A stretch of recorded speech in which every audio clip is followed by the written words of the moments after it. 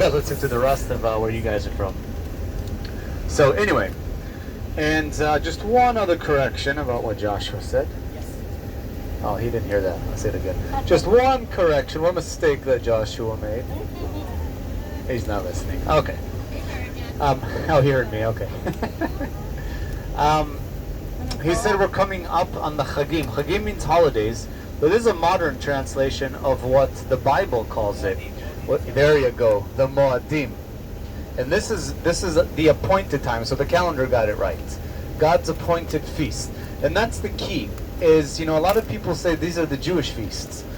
I would challenge every single one of you to find in the Bible where God says these are the Jewish feasts. God says these are my feasts. Okay? These feasts belong to the Lord, meaning if you attach yourself to this God, they're your feasts. Okay? So, 2,000 years ago, you and I alike would have been going to the temple, to God's house. And that makes it a little bit more special, I think, especially since we're right around the corner of all these holidays, high holidays or appointed days. And the sequence of them is very, very important for our yearly calendar. And I had a question to ask you, Joshua. Do you have any... יש לך דיסקים?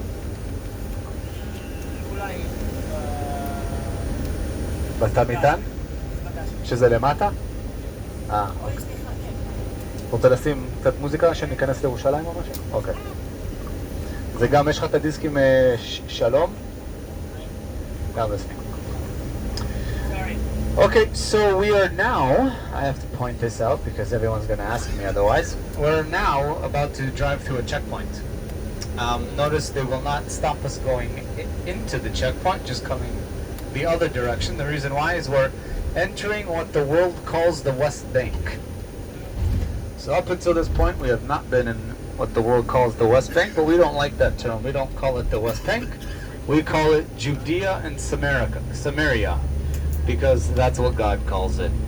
And, the term West Bank is a political term. And basically it means it doesn't belong to Israel. It's Jordan, the country of Jordan's West Bank, meaning this is the extension of their kingdom, and it doesn't belong to Israel. We are illegally occupying it, which is why I don't like to use the term West Bank. I use Judea and Samaria, which is what it's been called for thousands of years now. So we just entered, like I said, West Bank, which is an area where you have both Palestinian and Jewish communities living side by side. You'll see some agriculture, and you can differentiate the two communities by the water tanks on top of the houses. The Jewish communities are going to have white water tanks with solar panels attached to them, as according to Israeli law. Every house has to have this because we have lots of sun year-round. Why not harness some of the energy of the sun so that at least, like in my house, at least my wife gets a warm shower in the morning. And then you can use the electricity to heat up the rest of the water throughout the day. But because we don't have natural coal, which is what we burn in Israel for energy, it's very expensive. So now we're slowly moving over to natural gas because we do have lots of natural gas, and it's cleaner burning. Yes, it's better, but until we actually do that, electricity is unbelievably expensive in Israel. So we use solar power as much as humanly possible. And then in the Arab communities, you're going to see big black water tanks. Okay, and these water tanks don't have solar panels.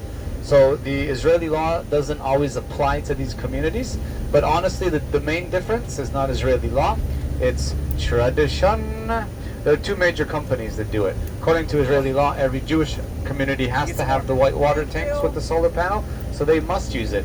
But there's an Arab company that sells the black water tanks. Black harnesses the energy of the sun as well, and doesn't boil the water, but it makes it nice and warm. But they're much larger. So if you look to the left, actually, that community, you'll see has white and black water tanks. These people are just downright smart. They use both of them, okay? Now this is actually an Arab community over there, a Palestinian village. Like I said, the Palestinians can use either one. They can put both of them if they want. And these people are smart because they do use both. If I had an option, I would use both. but I can't hire the Palestinian company to come to my house and put that on. Not that I own the house anyway, but they wouldn't deal with me. But the Israelis will deal with Palestinians, so they get both of them. And then you look at the Jewish communities, I'll point one out when we drive by it, and you'll only see the white ones on them. But in this area, you can also tell which one's Palestinian or Israeli, because the Israeli communities will always have fences around them for protection. Okay? You can also look at the land. You look at the agriculture. Everybody grows the exact same way here. Let's just say one community cleans up after itself, the other does not. Look to the right. This is an Israeli community. You have a fence, and you have white water tanks on top. Okay? So you guys can kind of take a look as we drive and figure out for yourself what's what. Look for the fence. Look for the color of the water tanks, and you can differentiate the two. All right? Anybody else wants them up here? Calendars? Yes. Yes. Did y'all have a pen? I have one. I have a pen.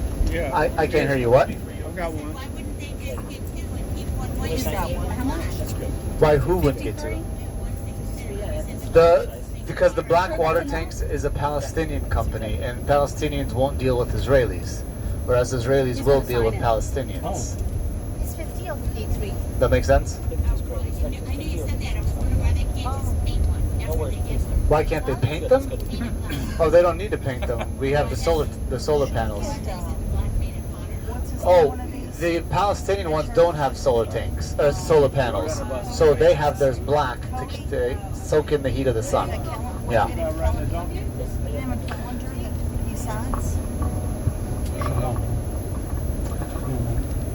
So if you look to the left, you can see the mountains in the distance. This is all Jordan. Remember, once we drove over the Jordan River, where I pointed out this morning, the Jordan River becomes the political border. So we're on, we've worked our way back from Bet Shean towards the border.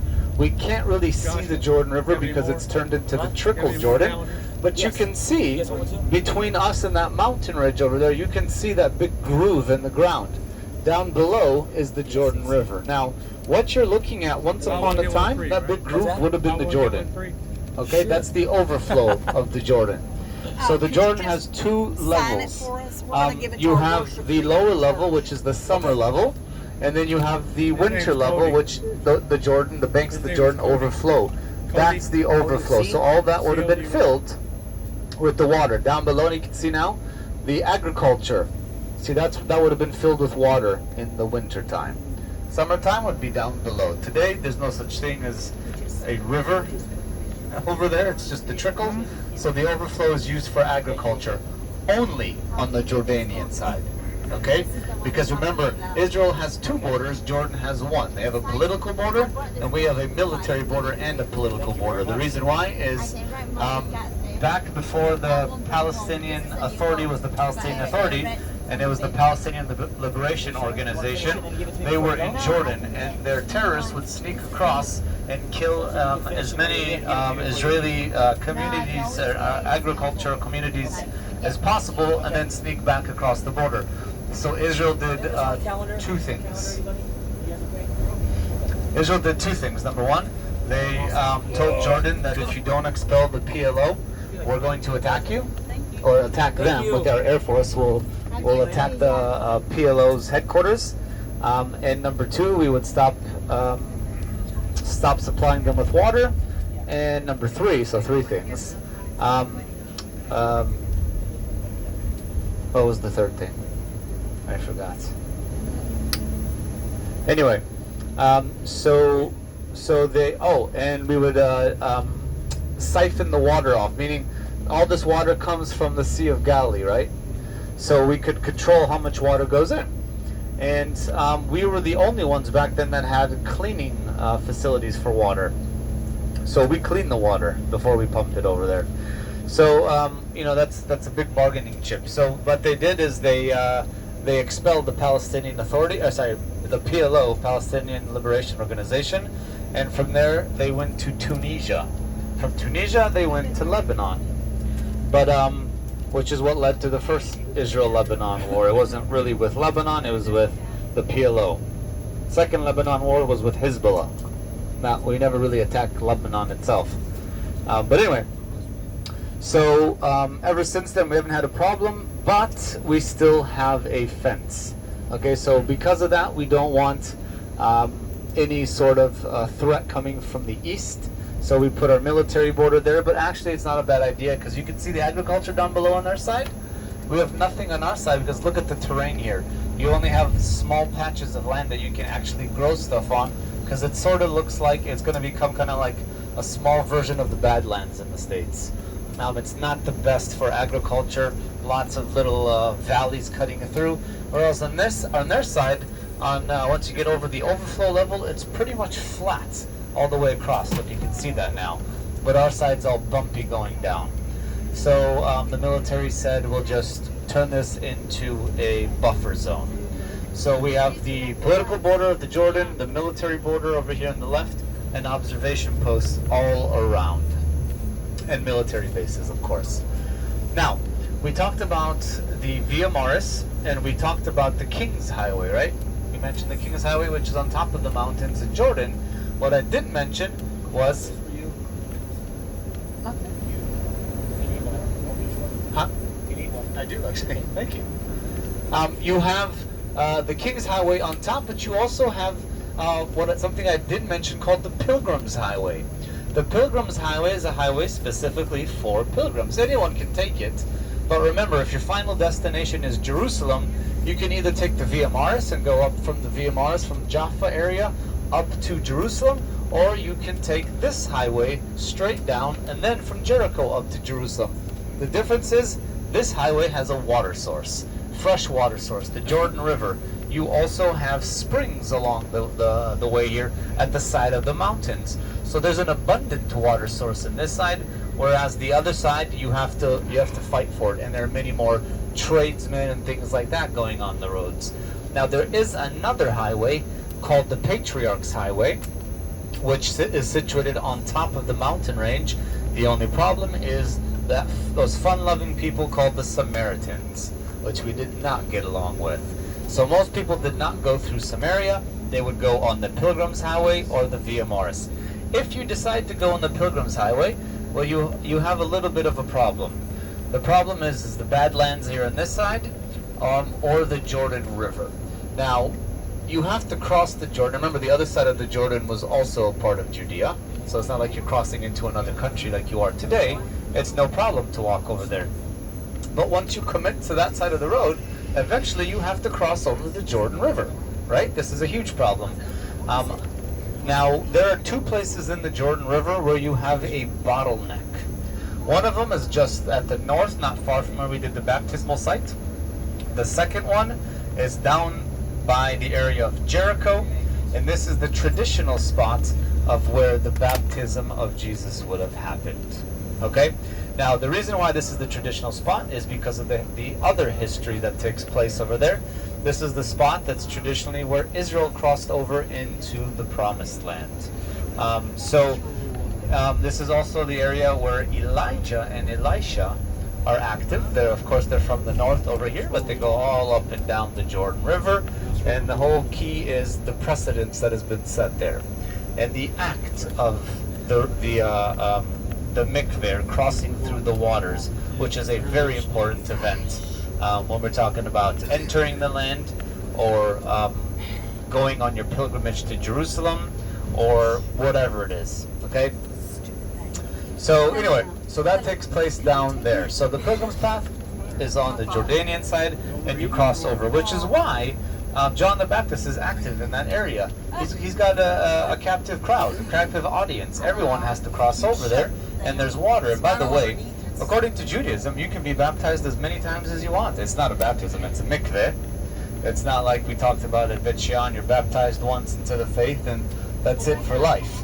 The major difference between a mikveh and a baptism is a mikveh you can do, like I said, as many times as you want.